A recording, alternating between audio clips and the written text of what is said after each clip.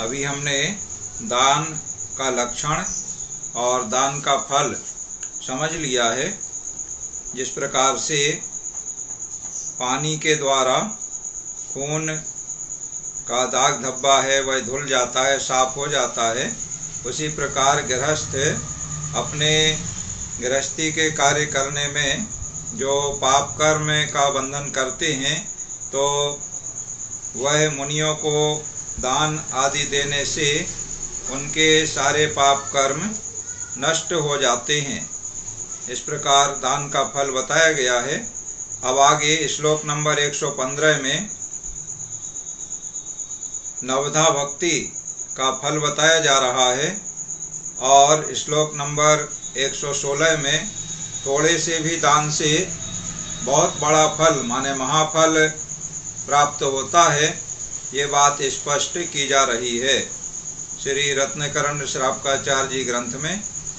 अब हम श्लोक नंबर 115 प्रारंभ कर रहे हैं, दोहराएंगे। उच्चैर्गोत्रं प्रणतेर उच्चैर्गोत्रं प्रणतेर भोगो दानादुपासनात् पूजा भोगो दानादुपासनात् पूजा भक्ते सुंदर रूपम भक्ते सुंदर रूपम स्तवनात् कीर्तिस्तपो निधिषु स्तवनात् कीर्ति तपो निधिषु। तपोनिधिषु माने तपस्वी मुनियों के विषय में, प्रणते माने प्रणाम करने से, उच्चैर गोत्रम उच्च गोत्र प्रणाम करने से उच्च गोत्र मिलता है, दानात माने दान से, भोग दान से भोग मिलते हैं, उपासनात उपासना माने सेवा आदि करने से, पूजा माने मान्यता पूजा प्रतिष्ठा की प्राप्ति होती है, और भक्ते माने भक्ति करने से सुंदर रूपम सुंदर रूप की प्राप्ति होती है, और स्तवनात् माने स्तुति करने से कीर्ति प्राप्त होती है।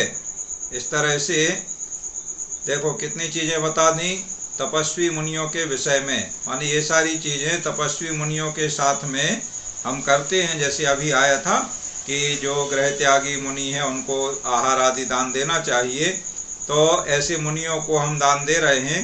और नवधा भक्ति का वर्णन आया था, नवपुण्य प्रतिपत्ति माने नवधा भक्ति से सप्तगुण समाहितेन श्लोक नंबर 113 में था।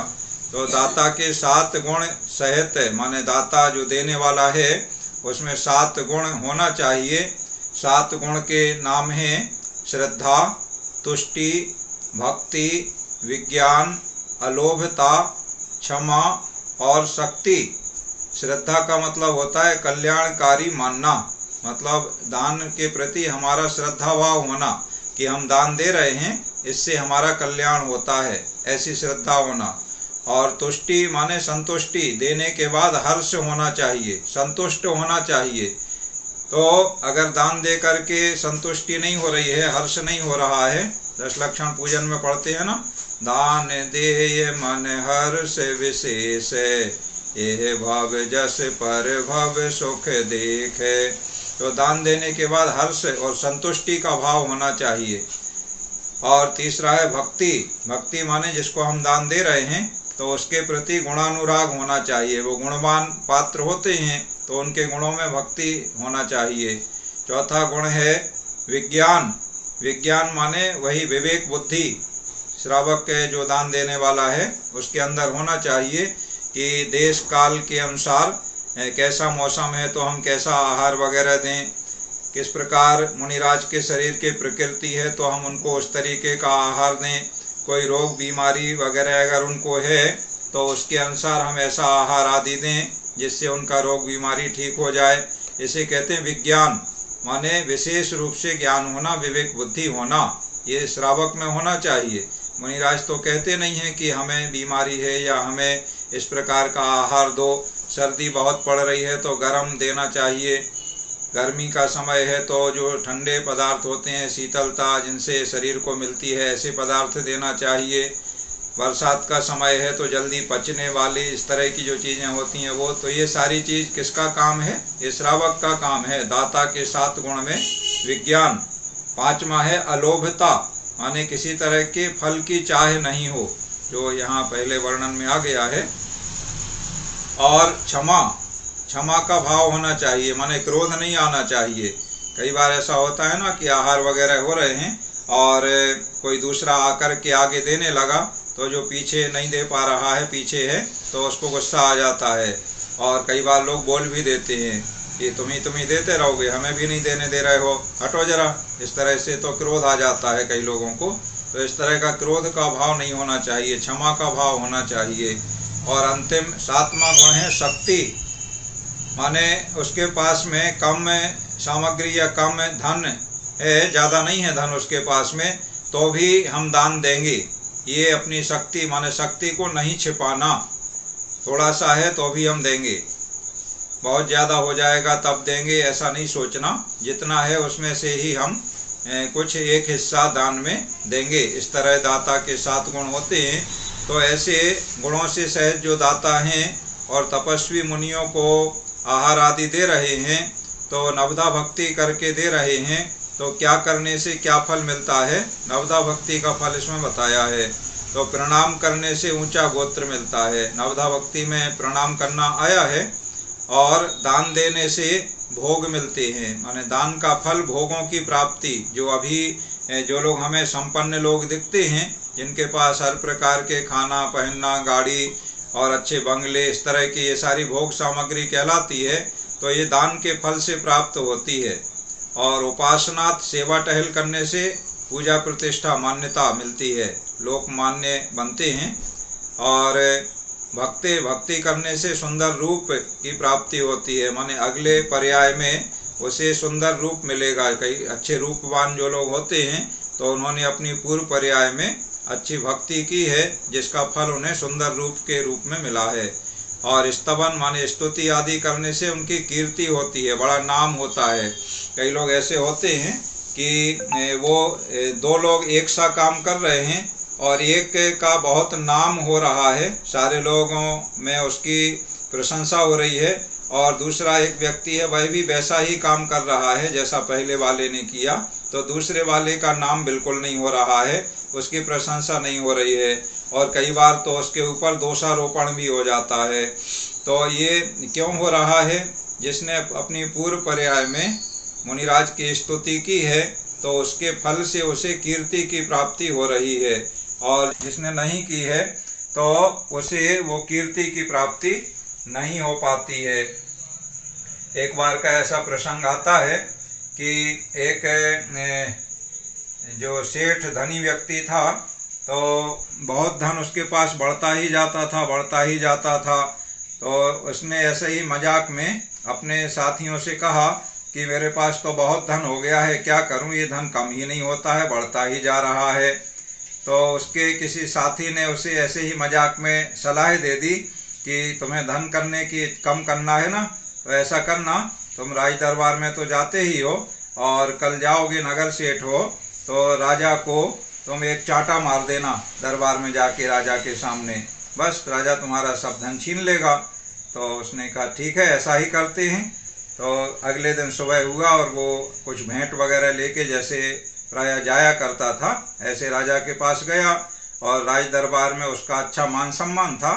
सभी मंत्री सभासद आदि खड़े होकर के सम्मान देते थे, नगर सेठ आए हैं राजा से मिलने, तो सब लोगों ने उसे सम्मान दिया।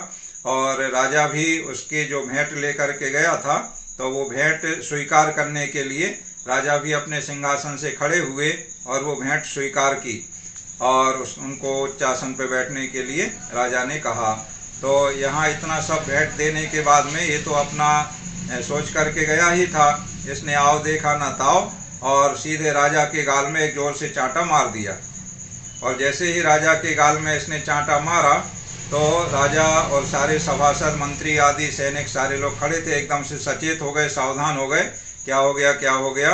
और इतने में क्या देखते हैं कि राजा के सिर पे जो मुकुट राजा धारण किए था, तो वह मुकुट एकदम से राजा का सिर ऐसा हिला, तो वो मुकुट उछल करके नीचे गिरा, और मुकुट उछल करके नीचे गिरा तो उसमें से एक ऐसा 1-1.5 फुट का नागिन वो निकल करके एकदम से भागी।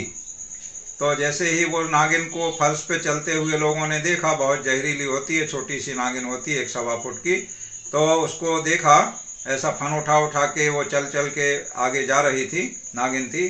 तो उसे देखते ही सारे लोग जो मंत्री आदि सभासद थे और राजा भी देख करके चकित रह गए और सारे लोग कहने लगे, धन्य हो सेठ जी, धन्य हो सेठ जी, जय हो आपकी, आपने आज राजा के प्राण बचा लिए।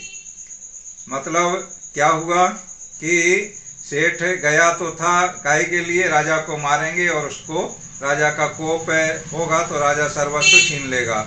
और ऐसा करने के बाद भी राजा ने, तुमने हमारे प्राण बचाए हैं, अगर मुकुट तुम ऐसा अपने हाथ से नहीं गिराते तो वह नागिन राजा को डस लेती और राजा का प्राणांत हो जाता। तो राजा ने भी प्रसन्न होकर के अपने खजाने से सेठ के लिए बहुत सारा धन दान भेंट में दिया और पुरस्कार के रूप में दिया कि तुमने हमारे प्राण बचाए हैं। और सारे नगर में सेठ का कीर्ति फैल गई, सेठ का यश फैल गया कि सेठ जी ने आज राजा के प्राण बचाए हैं, रक्षा की है। तो इस तरह से ये कर्म का फल है। सेठ ने पूर्व पर्याय में ऐसे कर्म बंद किए, मुनिराज की स्तुति की होगी, मुनिराज की उपासना की होगी, तो उससे उनको ऐसी कीर्ति की प्राप्ति हुई। तो इस प्रकार से ये नवधा भक्ति में से कुछ कार्य यहाँ पर लिए हैं। इन कार्यों से इस प्रकार का फल, श्रेष्ठ फल प्राप्त होता है। एक बार श्लोक दोहराते हैं।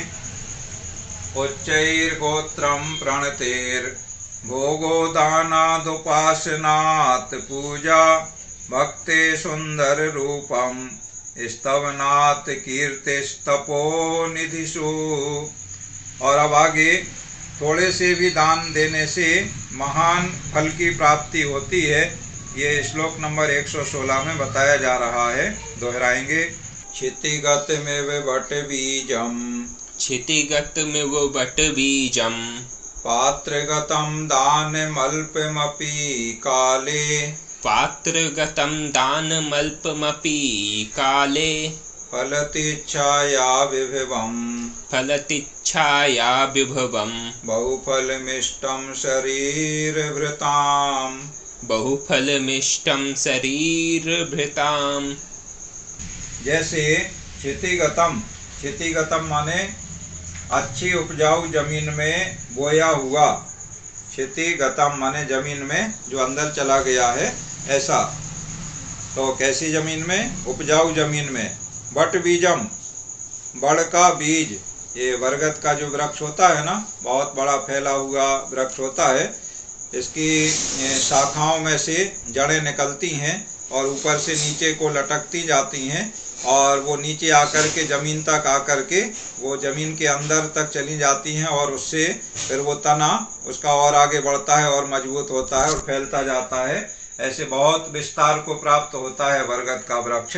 कहीं पर पुराने बरगद के वृक्ष देखेंगे तो उनका तना बहुत मोटा होता है और जो ऊपर से उनके डालियों में से निकलती हैं जड़ें, वो भी नीचे आकर के ज़मीन के अंदर तक चली जाती हैं और तना का रूप ग्रहण कर लेती हैं। इस तरह से वो शाखाएं और बढ़ती जाती हैं और बढ़ती जाती हैं।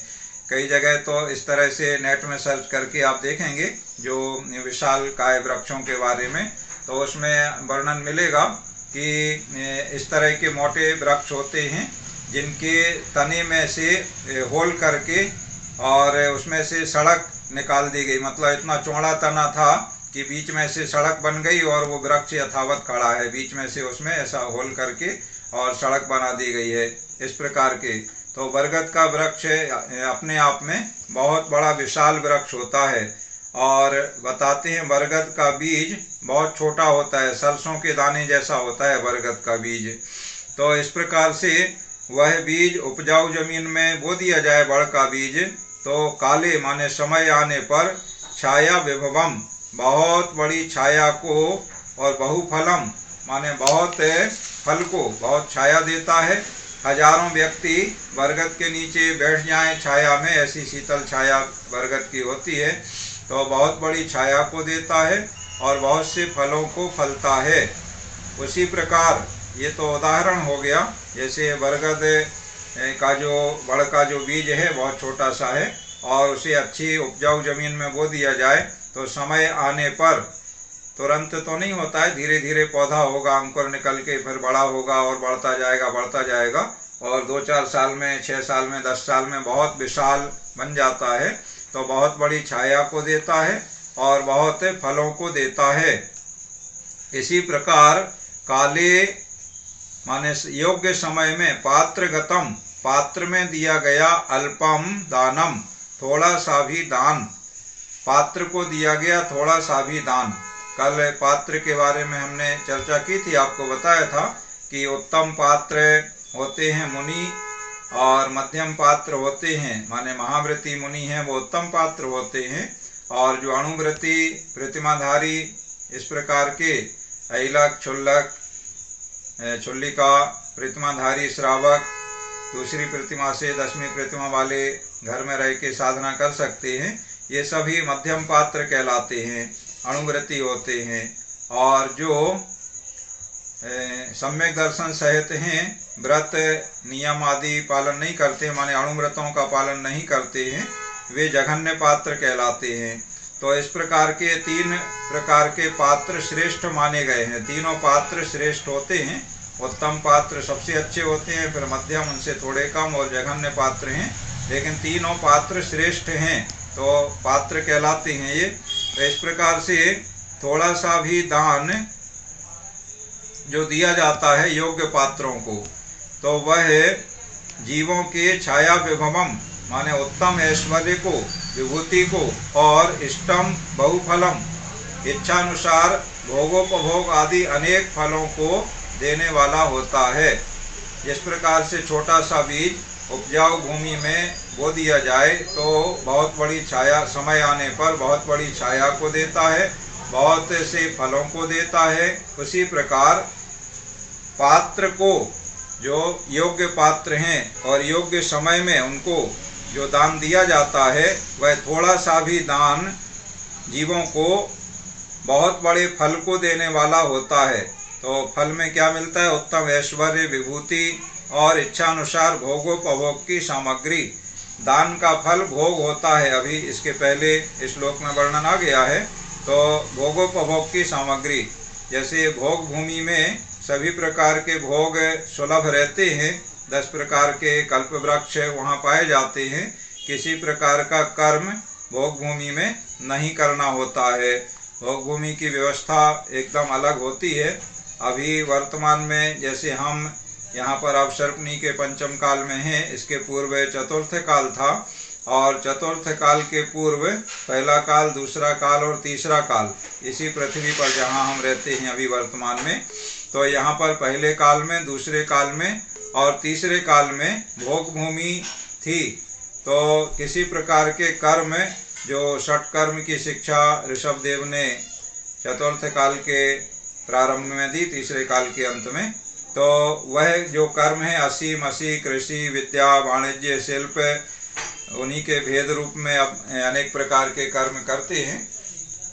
तो भोग भूमि में ये सारे कर्म नहीं किए जाते हैं। वहाँ पर सारी खाना पीना, बर्तन, कपड़े, आभूषण, जो भी सारी चीज़ें हैं, ये सब चीज़ें कल्प वृक्षों से प्राप्त हो जाती हैं। तो इस प्रकार की व्यवस्था भोग भूमि में रहती है। तो भोग भूमि के सुख दान के फल से प्राप्त होते हैं। भोग भूमि में जो जन्म की व्यवस्था है, तो पति और पत्नी माने जोड़े युगल से होते हैं, मनुष्य भी होते हैं और त्रियंच भी होते हैं।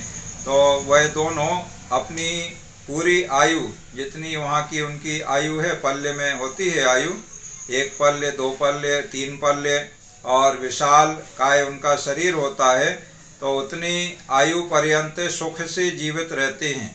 अकाल मरण किसी का नहीं होता है, किसी प्रकार का भय आदि वहाँ पर नहीं होता है, और सभी हर प्रकार के भोग सबके लिए सुलभ रहते हैं। और आयु का अंत समय जब आता है, तो आयु के अंत समय में उस जोड़े के माने पति पत्नी के उस परिवार में 2 बच्चे एक साथ जन्म लेते हैं। एक बेटा और एक बेटी। और जैसे ही युगल जन्म हुआ बेटा बेटी का, और तुरंत वह पुरुष और स्त्री दोनों का मरण हो जाता है। बस बेटा बेटी को जन्म दिया, आयु के अंत में ही जन्म देते हैं। इतनी 1 पल्ले 2 पल्ले 3 पल्ले की आयु तक सुख पूर्वक भोगते हैं। आयु के अंत में युगल बेटा बेटी, एक बेटा एक बेटी को जन्म दिया, मतलब वहाँ की संख्या हमेशा बराबर रहती है, कम नहीं होती है और ना बढ़ती है। 2 जाएंगे और 2 नए आ जाएंगे। तो वह बेटा बेटी अपने आप से उनका पालन पोषण करने वाला कोई नहीं होता है, घर परिवार की व्यवस्था होती नहीं है। तो अपने आप से वह धीरे धीरे बड़े होते हैं, अंगूठा चूसते हैं, और ऐसे 7 सप्ताह में अधिकतम वह पूर्ण यौवन संपन्न हो जाते हैं। और यौवन संपन्न होने के बाद वह दोनों पति पत्नी के रूप में अपना सारा जीवन वहाँ पर बिताते हैं, पूरी आयु। और जिस तरह से माता पिता उनके गए थे छींक आने से और जम्हाई आने से, उसी प्रकार से आयु के अंत में एक बेटा और एक बेटी को जन्म दे करके वह आर्या स्त्री और उनका भी पति पत्नी का मरण हो जाता है। इस प्रकार की भोग भूमि की व्यवस्था। तो संपूर्ण जीवन वहाँ पर भोगने को उनको मिलते हैं कल्प वृक्षों के माध्यम से। किसी प्रकार का भय विषाद बीमारी वगैरह वहाँ पर कष्ट का कोई काम नहीं रहता है, सुख ही सुख रहता है। तो ये सारे भोग भूमि के भोग भी दान के फल से प्राप्त होते हैं। और यहाँ पर कर्म भूमि में भी जो जन्म लेते हैं तो उनको भी सभी प्रकार के भोग की सामग्री प्राप्त होती है, किसी प्रकार की कमी उनके पास नहीं रहती है। इस प्रकार से अल्प दान भी महाफल को देने वाला होता है। इस तरह दान का वर्णन किया गया है। एक बार श्लोक दोहरा लेते हैं। क्षितिगतमेव बट बीजम पात्रगतं दानमल्पमपि काले फलतीच्छाया विभवम् बहुफलमिष्टं शरीरभृताम्।